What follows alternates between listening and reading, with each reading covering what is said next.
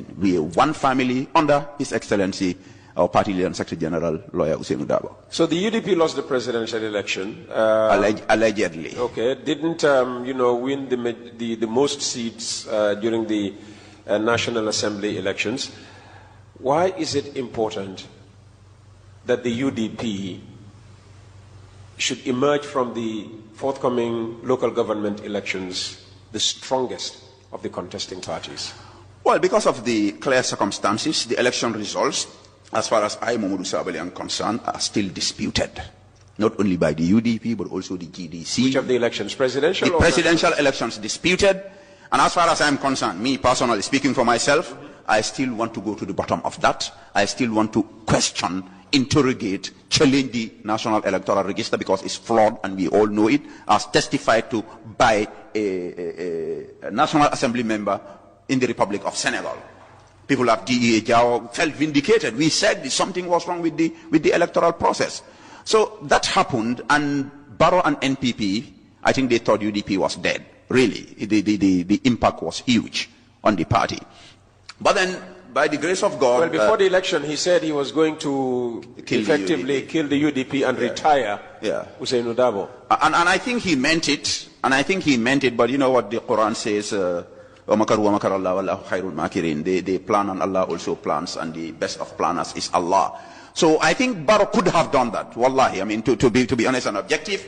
But stuff happened after the election. Some of us, we went back to our people, constantly bombarding Peter, literally thousands of audio messages in Mandinka, in Wolof, even translated them in Fula.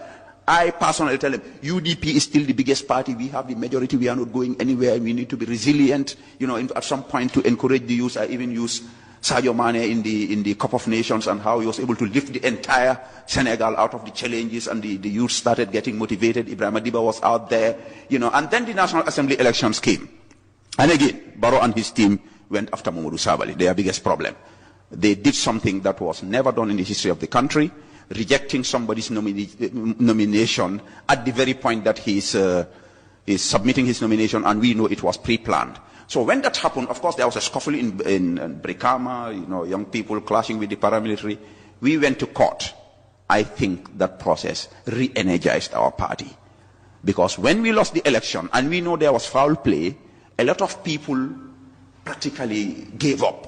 They said, there is no point in politicking again. There is no point in voting again, because you're going to vote, and the whole world expected UDP to win. We lost. Our people were deflated, they were discouraged, some said they left politics, but we kept the pressure to bring the people back. So when that rejection came, and I went to court, I knew the courts would not give me what I deserve. I knew it. But I insisted on going to court, and I insisted on full-scale media war.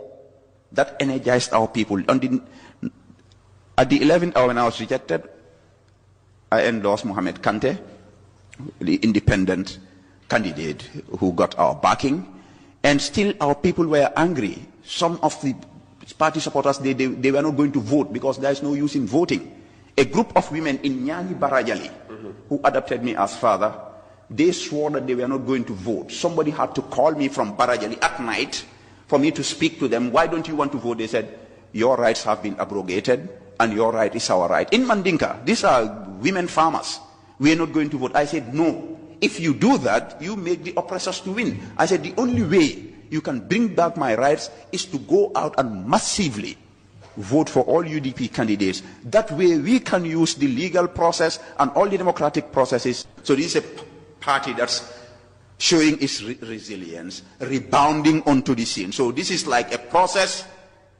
We've not reached the climax yet, almost on cruise control. And that is why, and Barrow is helping my politics. Rampant corruption, minister taking money, giving to his wife to go and watch